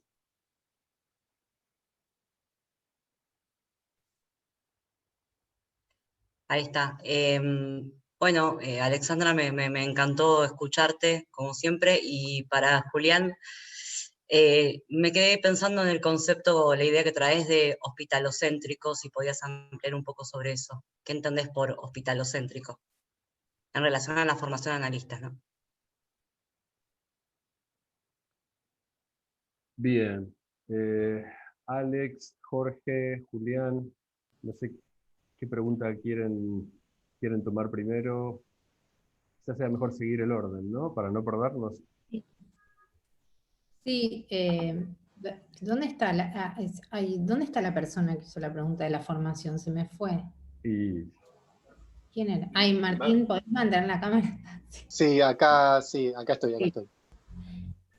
Bueno, voy a decir una cosa también muy breve. Me parece que el problema, digamos, es superponer el discurso universitario a la universidad, digamos, ¿no? Que es o la institucionalización del sentido en cualquier institución. Me parece que el asunto no es decirle que no a las instituciones, decirle que no a la facultad, sino de... Estoy mirando para todos lados, viste que no vengo yo. Por eso no, igual se escucha. Gustavo Ferreira. Ahí, vamos a... bueno, sino de... ¿Hablaste algo? Me parecí yo. Creo que es un pariente que está hablando. Ahora le voy a pedir que... Sí, trajiste a alguien, sí, a propósito. Mucha irreverencia quizás. digo eso, ¿no? Que el asunto, dónde formarse, no tengo ni idea. Dónde formarse, me parece que uno de los problemas que se suscitaron en los últimos años es, como ya anticipó Lacan, el mercado del saber. Digo, ¿no? Y cómo efectivamente eso que Lacan ya ubicó hace 1000 años, que es esto que decía al principio Alejandro, que es la carrera académica, y ir a juntar papelitos y refritar los trabajos, no pensar, a juntar papelitos, me parece que lo interesante a mí, como experiencia propia, te puedo contestar, es lo único que puedo pensar, es en mi época no existía eso digamos, y no se superponía la carrera académica a la formación del analista. Digo, uno puede hacer maestrías, doctorados, ir a congresos, intervenir en miles de lugares, pero eso no tiene nada que ver con la formación del analista, para mí. Me parece que lo que pasó hace de unos años a esta parte es que se vende como formación del analista lo que es para mí carrera universitaria, digamos, carrera académica, con la que estoy totalmente a favor. Digo, yo misma hice una maestría, a mí me interesa eso también, pero sí distinguir eso. Y me parece que el asunto es de qué modo, otra vez lo que planteé en lo que dije, que es cuestionar en el sentido de preguntarse incluso a sí mismo, no a los otros, porque uno también queda cooptado por eso, qué modos de leer se activan. ¿Y qué relación tiene uno con el saber del otro? Porque decía Jorge, no, Julián, no me acuerdo, que el saber absoluto es una ilusión neurótica, o sea, el saber del otro es una ilusión neurótica. Entonces, también es responsabilidad de uno la relación que instaura con el saber del otro. Y eso para mí, el único lugar donde yo encontré para agujerear el saber del otro es el análisis, es el propio análisis. Desde ahí, porque el propio análisis agujerea el saber del otro y activa modos de leer, digamos, ¿no? Otros modos de leer y de leerse a uno mismo, si uno pudiera decirlo así. Entonces, eso, pienso que después cada uno se forma donde mejor le parece, qué sé yo. El asunto es no creer que ahí está el saber y entonces si uno sale de ahí repite. Por eso el psicoanálisis es en rigor es un acto, no es una profesión, no es una carrera, es lo que decía Julián también, de algún modo. No es que uno se autoproclama psicoanalista y ya está garantizado el acto analítico. Y no es una profesión además, ¿no? Bueno, eso. Mira, mi opinión, Martín, es que las instituciones tienden a iglesias. Es como una pendiente que se vuelve casi inevitable, pero tienen momentos. Algunas instituciones tienen momentos en los que empiezan o que producen algo distinto. Así que digamos, tampoco sabría decirte dónde, la verdad que no sé, pero sí confía en tu instinto. O sea, si vas a un lugar y te parece que es una misa, es una misa. O sea, ojo con el efecto estupidizante de la transferencia. Si te parece que es una misa, busca otra, porque va a haber otra y otra hasta que encuentres un lugar donde sientas que está pasando algo. Cuando ves una misa vas a sentir que no está pasando nada. Es una sensación que es casi corporal. Y yo agregaría, no sé si vos estarías de acuerdo, Alejandra, como experiencia de agujerear el saber del otro, para mí también la escritura es una experiencia de agujerear el saber del otro, la escritura propia, digo. Y, por ejemplo, cuando yo me pongo a investigar algo, la curiosidad, ¿viste? La curiosidad del hecho de querer, de hacerse una pregunta y no creer demasiado en nadie. No te digo no creer, porque a veces uno le da confianza a algún autor porque se la merece. Pero no creer, digamos, nunca del todo, me parece que son todas maneras de, como antídotos contra la posibilidad de, contra la sacralización en ese modo, digamos, que dijimos que pienso, que no es bueno, que es la que cierra un saber, digamos, y no permite la creatividad, porque el problema es ese, no permite la creatividad, y en ese sentido no da lugar al sujeto, digamos, da lugar a un alumno, digamos, el alumno en el sentido ese del no iluminado. Por otra parte, y acá la corto respecto a la segunda pregunta, que no recuerdo exactamente bien cómo estaba formulada, pero sí, obviamente, digamos, las mismas categorías que usa Lacan, de las cuales podemos aprender sin duda un montón, pero esas categorías no alcanzan para pensar la subjetividad de esta época, porque realmente han cambiado, encima justo desde la muerte de Lacan hasta ahora, han cambiado tanto las cosas en algunos aspectos, justamente los que nombraba Alejandro, para las diversidades sexuales, para las mujeres, ¿sí? Y para, bueno, ni hablar para incluyendo las diversidades, todos los cuestionamientos del binarismo, que obviamente hay que pensar categorías nuevas, que no es que van a desbancar todo lo que ya habíamos aprendido, pero tampoco va a quedar todo igual, por suerte. ¿Puedo agregar algo a eso? Sí, que obvio. no lo había contestado. Es que a mí eso me parece un poco dificultoso, porque la práctica del psicoanálisis no es aplicar categorías. Cuando el paciente viene, uno no le aplica categorías. Entonces me parece que se puede pensar con cierto, y estrictamente, por eso me gusta cuando Alush dice que el psicoanálisis tampoco es una práctica, sino un ejercicio, porque anula la distinción entre teoría y práctica. Y me parece que algo que a mí me ayudó a pensar eso, que es, para mí vuelve ese modo, de cómo lee uno hoy, en todo caso, ¿no? Que efectivamente uno no lee igual que hace 60 años o hace 30, no sé, supongo, pero me parece que también hay mucho prejuicio respecto de lo que es un análisis, que es como si uno tuviera que ayornarse para aplicar. Digamos, es obvio que el sujeto tampoco es la subjetividad, el sujeto es un efecto del discurso y ahí uno no le aplica ninguna categoría. Entonces, a mí me parece un problema suponer que están vencidas las categorías, porque para mí no existen esas categorías, el inconsciente no es estrictamente un concepto, entonces no es que están los conceptos, está la clínica y uno aplica los conceptos. Algo que a mí me enseñó muchísimo es una cosa que dijo Alush en un seminario, en el último que fui, que dijo, para que la teoría no sea un problema para el analista, lo mejor que puede hacer es conocerla, saberla bien, digamos, estudiarla mucho. Lo mismo dijo Thelonious Monk del piano, y dijo, para poder tocar el piano como lo toco yo mal, hay que saber tocarlo muy bien. Y Silvina Ocampo dijo lo mismo de la literatura. Para poder subvertir la gramática hay que primero conocerla muy bien. Entonces, yo diría que para poder ver qué se hace con todo eso que dijo Lacan y Freud, primero hay que leer a Lacan y a Freud y después pensar qué hacemos con eso, y ahí es donde para mí insiste la cuestión de cómo leer, digamos, si se lee como una Biblia o se lee. Yo diría, o se lee como una Biblia, que no es leer, que es repetir, como decíamos hace un rato, o se lee. O uno pone en acto una lectura que es la que implica que ahí no hay un saber que uno va a ir a buscar, porque el psicoanálisis no es una hermenéutica. O sea, el sentido no está ahí antes.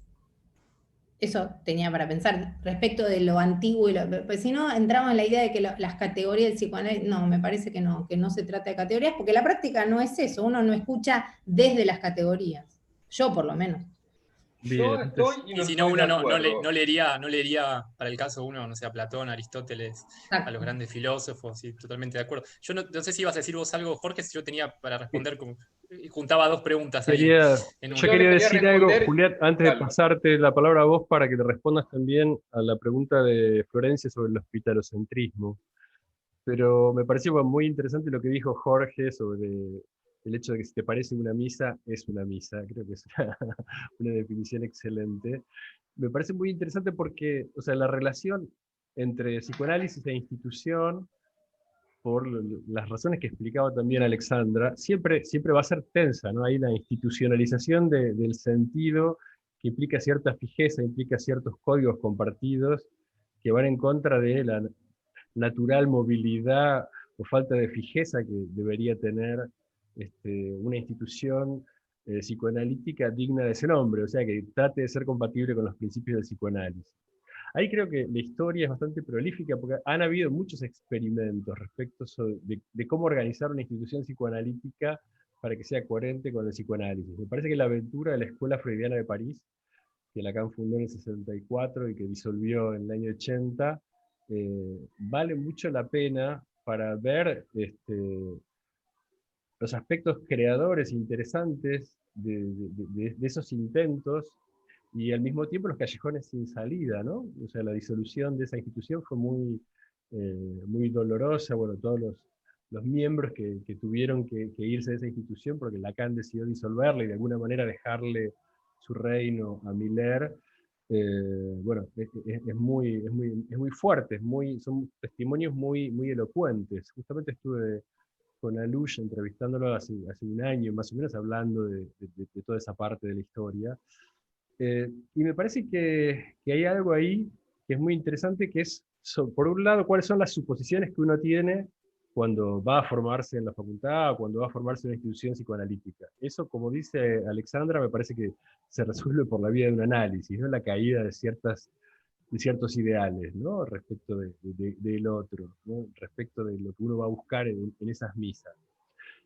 Pero también me parece que dentro de las instituciones analíticas hay algunas que realmente en determinados momentos, como decía Jorge, no es que una institución funcione siempre igual. Hay determinados momentos de las instituciones, como la Escuela Freudiana de París, que hacía lugar a personajes como Guattari, donde no hacía falta ser psicoanalista para ser miembro, donde había curas, había autodidactas, había de todo.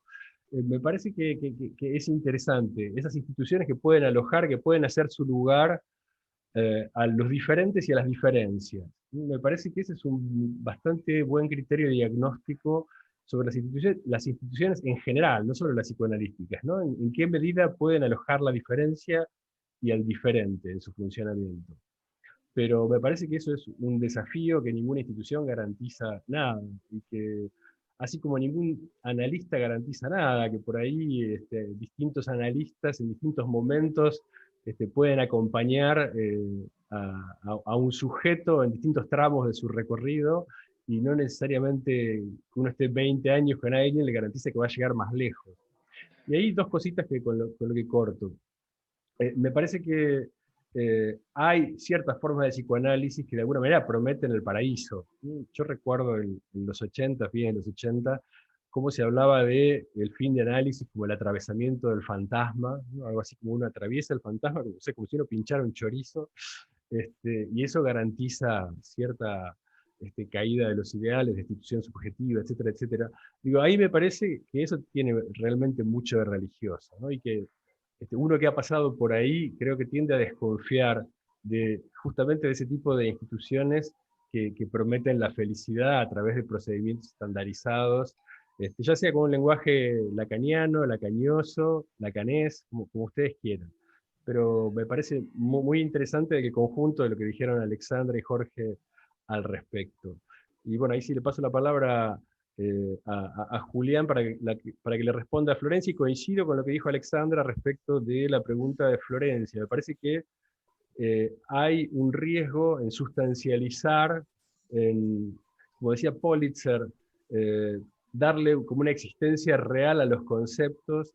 Eso también puede ser muy sacro, ¿no? Esta idea de sacralizar el inconsciente y decir, bueno, nosotros tenemos la política del inconsciente, nuestra institución se organiza en torno al concepto de inconsciente, pero eso puede ser palabra totalmente vacía, palabra hueca, palabra repetida, en la medida en que eso no se haga carne en cuestiones muy concretas. Y como decía Jorge, me parece que eso se siente, ¿no? Cuando uno está ahí y ve si tiene espacio para decir lo propio o no. Yo creo que si uno no tiene espacio para aportar su diferencia, para decir algo nuevo, algo distinto, creo que mejor irse a otro lado donde lo haya. Bueno, retomo brevemente la discusión porque me sirve para la pregunta específica, porque de hecho creo que va en esa línea. Yo coincido con que, por supuesto, que uno tiene que distinguir entre lo que podría ser una carrera académica, con todo lo que eso implica en términos de juntar papeles y demás, digamos, distinguir eso de, digámoslo, el camino, la formación, digamos, el trabajo en torno bueno, a querer trabajar como analista, ¿no? A la posibilidad de analizarse, etc. ¿no? Pero también creo que en ese solapamiento, en esta facultad, quizás hemos solapado las peores cuestiones del discurso académico, ¿no? Porque yo no diría que es estrictamente el psicoanálisis de nuestra facultad que tiene una posición academicista. Yo diría que tiene, diríamos, lo peor del academicismo. No tiene ningún mérito, porque el academicismo tiene sus méritos, ¿no? La rigurosidad, la discusión, la pluralidad, digamos, ¿no? La posibilidad de polemizar, ¿sí? La actualización, ¿no? Y no en un sentido de degradar lo viejo, sino de la posibilidad de seguir pensando, bueno, yo todo eso no lo encuentro, o lo encuentro en las excepciones. Entonces, creo que ahí hay un problema, ¿no? Porque en definitiva, a ver, yo tampoco coincido en que inevitablemente o inexorablemente toda institución va a devenir iglesia, ejército, etc., ¿no? Eso me parece que es un lugar común, también creo que hay que pensar hasta qué punto Freud llega en su sociología, y ver hasta qué punto también eso es aplicable a todas las instituciones y a todos los contextos, y a todos los territorios. Digamos, yo no sé cómo se constituyen las instituciones en nuestro país, en nuestro medio, es exactamente igual digamos, a la relación con institucional en otros espacios. Entonces creo que ahí ya hay que poner un paréntesis, ¿sí? Digo esto, y ahora sí retomo la pregunta de la colega, específicamente en torno a qué me refería con lo hospitalocéntrico. El hospitalocéntrico es un concepto, o la crítica a los modelos hospitalocéntricos es la crítica a situar que la mayoría de la oferta en torno a la salud esté situada en una institución que es el hospital, ¿sí? O en los subrogados de esa institución, que son ¿Cuánto tiempo otras... tenemos? ¿Cómo? ¿Cuánto tiempo? Ah, hola Alicia. Estamos terminando otra mesa, me parece. Te metiste antes, ¿no? Perdón, entré por error.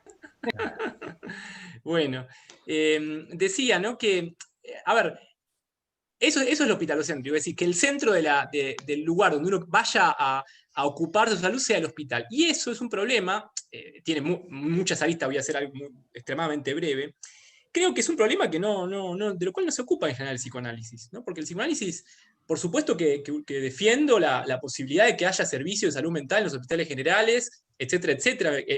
Justamente es lo que estamos discutiendo con las corporaciones médico-psiquiátricas, ¿no? Ahora, si el hospital va a ser condición, ¿no? Y con lo que eso implica, con la concepción de sujeto que implica un hospital, que es alguien que va a demandar, suponiéndose enfermo con alguna dolencia, y que ese va a ser el centro o la única oferta de un sistema sanitario, bueno, a mí me parece eso muy preocupante, básicamente porque caemos inevitablemente en prácticas medicalizantes, ¿no? Y en eso también cae el psicoanálisis o quienes estén ahí ejerciendo el psicoanálisis. Es decir, no, vuelvo a lo mismo, no es que porque haya analista ahí habrá, no es que, digamos, abusando de Ulloa, no es que uno está en analista o porque haya analista ahí va a haber, no, hay condiciones institucionales, hay problemas institucionales, hay cuestiones gremiales, hay cuestiones políticas, hay una cantidad de problemas que hay que ocuparse, ¿no? Y con esto creo que termino.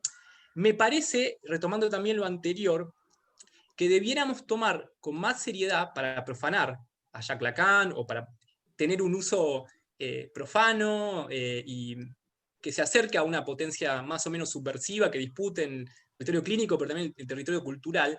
Bueno, hay que preocuparse un poco más, me parece, desde los espacios donde nos congregamos los psicoanalistas, en el buen sentido gregario, es decir, que en los espacios donde estamos tratando de formar comunidad, donde estamos discutiendo, donde estamos yendo más allá de los narcisismos, de las pequeñas diferencias, donde estamos incluso articulando desde ciertas diferencias, ¿sí? Pongamos en el centro, digamos, algunos acuerdos, pero no en un sentido de consensuar, sino en que, de algún modo, mucho antes que los dilemas, las disquisiciones conceptuales, ¿sí? Y lo digo con cierta cuestión peyorativa adrede, mucho antes hay algunas discusiones que son, digamos, diríamos previas, y que son previas porque se imponen, sobre todo si uno no las explicita. Me refiero a qué concepción tenemos, digamos, de sujeto, si esa concepción nos permite justamente la apuesta a trabajar con otros, es decir, la interdisciplina, la intersectorialidad.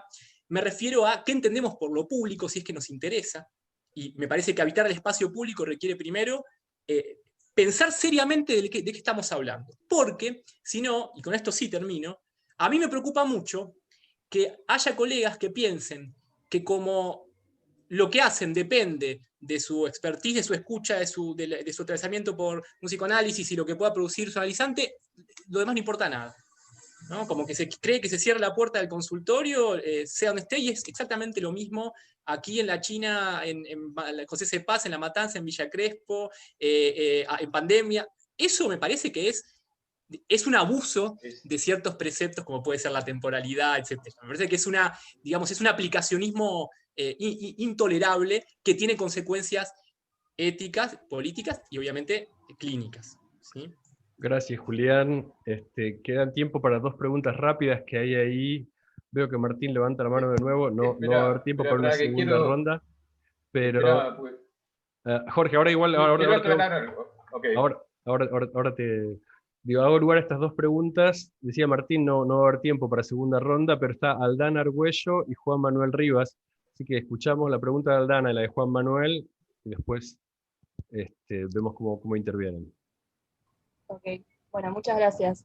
Tengo una pregunta para Jorge Reiter con respecto a las disidencias y demás. Si la puede contestar, quizás es un poco extensa, pero en tiempos en donde se podría hablar de una declinación del nombre del padre o del fin del padre freudiano, ¿qué perspectiva tenés o cómo podemos encarar un análisis entendiendo las nuevas, no sé, disidencias o entendiendo los nuevos movimientos? ¿Qué perspectiva tenés respecto a eso? ¿Respecto de qué? Si bien durante mucho tiempo se vino dando como un montón de avances y demás con respecto a las nuevas inclusiones y leyes generadas por los movimientos LGBT y Q+, por así decirlo, ¿en qué lugar, en qué lugar se puede posicionar el analista entendiendo esto, ¿no? De sacar la mirada sacrilegiosa de los textos de Lacan o de Freud y empezar a entender desde una mirada más amplia, como qué nos puedes aconsejar? Ok. Jorge, ¿querés responder? Y creo que había otra, ¿no? Y está la pregunta de Juan Manuel. A ver, ¿querés, Juan Manuel, formular tu pregunta y después vemos cómo respondemos todos juntos?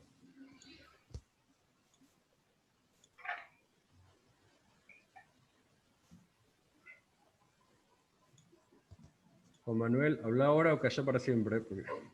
Ahora para siempre. Juan Manuel Rivas, ¿estás por ahí? Te tenés que desmutear para hablar. Estás muteado, Juan Manuel. Ahí está, ahí se desmuteó Juan Manuel. A ver. Cedo mi espacio para que conteste Jorge. Muchas gracias. Mil gracias, Juan Manuel. Gracias, Juan Manuel. Bueno, igual me puedo juntar, porque quería decir algo respecto de lo que planteó Alejandra, que también responde a lo que vos estás planteando. O sea, primero Alexandra, quiero aclarar... Con X. ¿Cómo? Alexandra. Ay, perdón, sí, Alexandra. Obviamente, no sé si obviamente, aclaro, yo no creo, digamos, creo que aplicar saber, o sea, aplicar categorías es lo contrario de un análisis. Un análisis me parece que, digamos, tiene que ver con algo muy distinto que aplicar un saber. ¿Sí? Esa es una posición de saber que es, para mí, obtura la posibilidad de un análisis. Pero tampoco creo que no operemos con categorías. O sea, yo creo que la experiencia de análisis se estructura a partir de categorías, y además esas categorías las pienso históricas, o sea, no son eternas, no son categorías que funcionan para siempre. Algunas duran más, ¿eh? No es que todas, no es un tema de modas, ¿sí? Sí me parece que si nos limitamos, por más bien que leamos a Freud y a Lacan, si nos limitamos a leer a Freud y a Lacan, hay subjetividades que siempre existieron, no es que ahora aparecieron, que siempre existieron, pero que en esta época están alzando la voz, estamos alzando la voz, que va a ser mucho más difícil de escuchar, o se va a seguir ejerciendo violencia heteronormativa por falta de categorías con las cuales pensarlas. O sea que sí acuerdo en que el psicoanálisis no es una aplicación de categorías, pero no creo que uno analice sin categorías. Me parece que uno no vacía el cerebro para analizar. Hay momentos, pero son momentos muy puntuales. No se puede estar todo el tiempo en ese estado de vaciado del cerebro. Eso es algo que ocurre como una epifanía, ocurre en algún momento. Son pocos en el análisis, son importantes en general. Entonces me parece que lo que yo recomendaría para la pregunta de Aldana es escuchar las voces de todas esas subjetividades y pensar de qué manera interpelan al psicoanálisis.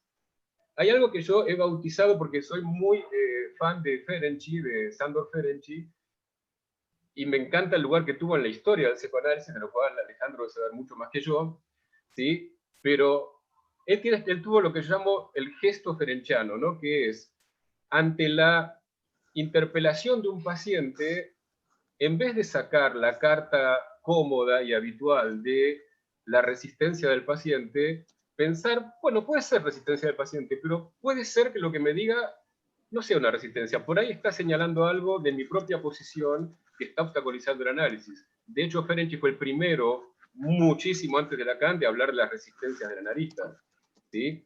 Entonces, me parece que lo mismo que pienso como analista lo aplicaría a la institución psicoanalítica. Escuchar, como algunos analistas lo están haciendo hace tiempo, por ejemplo, Alush hace tiempo que está escuchando las voces de la disidencia, y eso lleva a replantear categorías del psicoanálisis. Bueno, eso. Alexandra, entiendo que tenías algo por aportar. Sí, perdón. Sí. A ver, tendría que cerrar la sesión porque tengo que habilitar la próxima sesión y no puedo, no sé, si no se cierra esta no se puede iniciar el simposio internacional. Discúlpame, Valeria. Tengo que Viviana es mi nombre. Viviana, perdón. Entiendo Sí. que es la misma dirección y el mismo link. El mismo lugar, mismo lugar. Lo que quedamos, digo, es directamente, como ahí hay una continuidad, quedamos con la gente de la otra mesa en que los asistentes de esta misma sala sigan en la otra, entonces no cortarlo directamente ahora. Después de Sí, por favor, porque en 45 ingresaban los expositores internacionales para probar la sala. Es que entran a este mismo link, ¿no? O sea, les pasamos, ahora le pasamos el host a Melina, que es la asistente técnica de ellos. Sí, a este no sería, ¿eh? Fíjense que tiene que ser otro. Está, definitivamente. Fíjate que figura exactamente el mismo link. Era el mismo, yo estoy con el mismo número de sesión y todo, por y eso. tenemos el mismo link, por el eso habíamos mismo acordado, link y la coordinadora, que el profesor Stolkiner, estaba de acuerdo en que hagamos un continuado, si nos molestia nos parecía más práctico. No, está bien, no me avisaron. Bueno, entonces, no tenía esa información. Disculpanos. Gracias. Y te agradecemos. Bueno, entonces nos despedimos. No, tenés 2 minutos y... No, una cosita muy chiquitita que es un estado de cosas que me parece que, a mí me interesa decirlo en este espacio público, que es, podemos discutir un montón de cosas, podemos pensar las categorías, podemos pensar la relación entre el poder y el saber una y otra y otra y otra y otra y otra y otra vez. Me parece que lo que no podemos permitir como trabajadores de la universidad pública, no como psicoanalistas, sino como trabajadores, son los scratches por las cosas que decimos en las aulas. Me parece que hay mucha gente arengando los scratches. Si estamos hablando de pluralidad, de revisar, de pensar, no podemos permitir los scratches. Son una práctica nefasta y me parece que está a la vista que no solo no permiten pensar nada, sino que producen mucho daño. Eso quería decir como trabajadora, no como psicoanalista. Yo no doy clases como psicoanalista, yo doy clases como docente de la Universidad de Buenos Aires. Yo quería decir que coincido y que creo que justamente el scratch es el reverso del corporativismo también, ¿no? Me parece que se trata de hacer otra cosa mucho más interesante, y bueno, este espacio me parece que ha sido un modesto ejemplo. Sí, totalmente.